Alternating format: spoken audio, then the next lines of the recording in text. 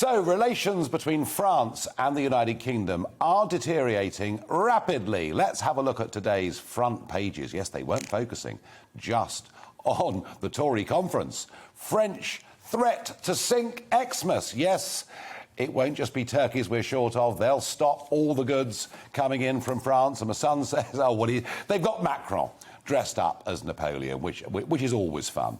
And not tonight, Bo Josephine. A classic, funny Sun front page. But actually behind it all, it's all pretty serious. The French furious that the Australians have chosen our 21st century nuclear submarine technology over their mid-20th century diesel. The French, with the EU, not prepared to budge an inch when it comes to the Northern Ireland Protocol, which is effectively annexed a part of the United Kingdom and is quite disgraceful. But it's fishing that's really triggered this one. And despite the fact, well over 90% of French boats that have applied to fish somewhere in British territorial waters have been approved, because a few dozen smaller boats who had no historic record of fishing close to the British coast have been refused. They're now threatening.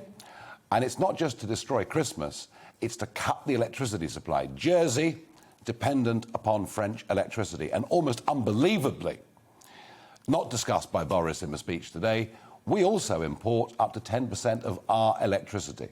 So there is, and I've been saying this here on GB News for weeks, there is a major confrontation coming. And it appears to be getting pretty close. Odd, isn't it, that the Prime Minister didn't even mention France in his speech? My question is, would the French really cut off the electricity supply and destroy our Christmas, given how much they benefited? I mean, ever since we joined the common market, they've had oodles of our fish, our taxes have paid for much of the French countryside. Would they really cut off the electricity supply?